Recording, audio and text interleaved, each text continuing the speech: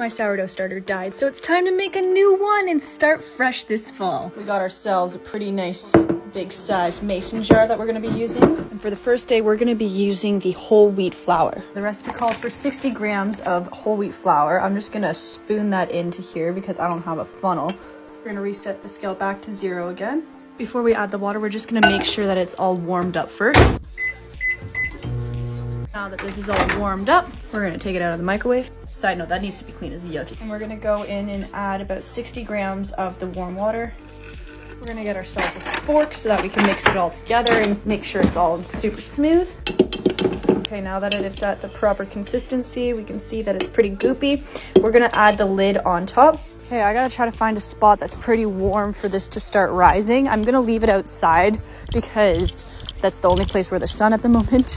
And then I'll bring it inside a little bit later today. Make sure to come and check out the progression of this a little bit later. Okay, I love you guys, bye.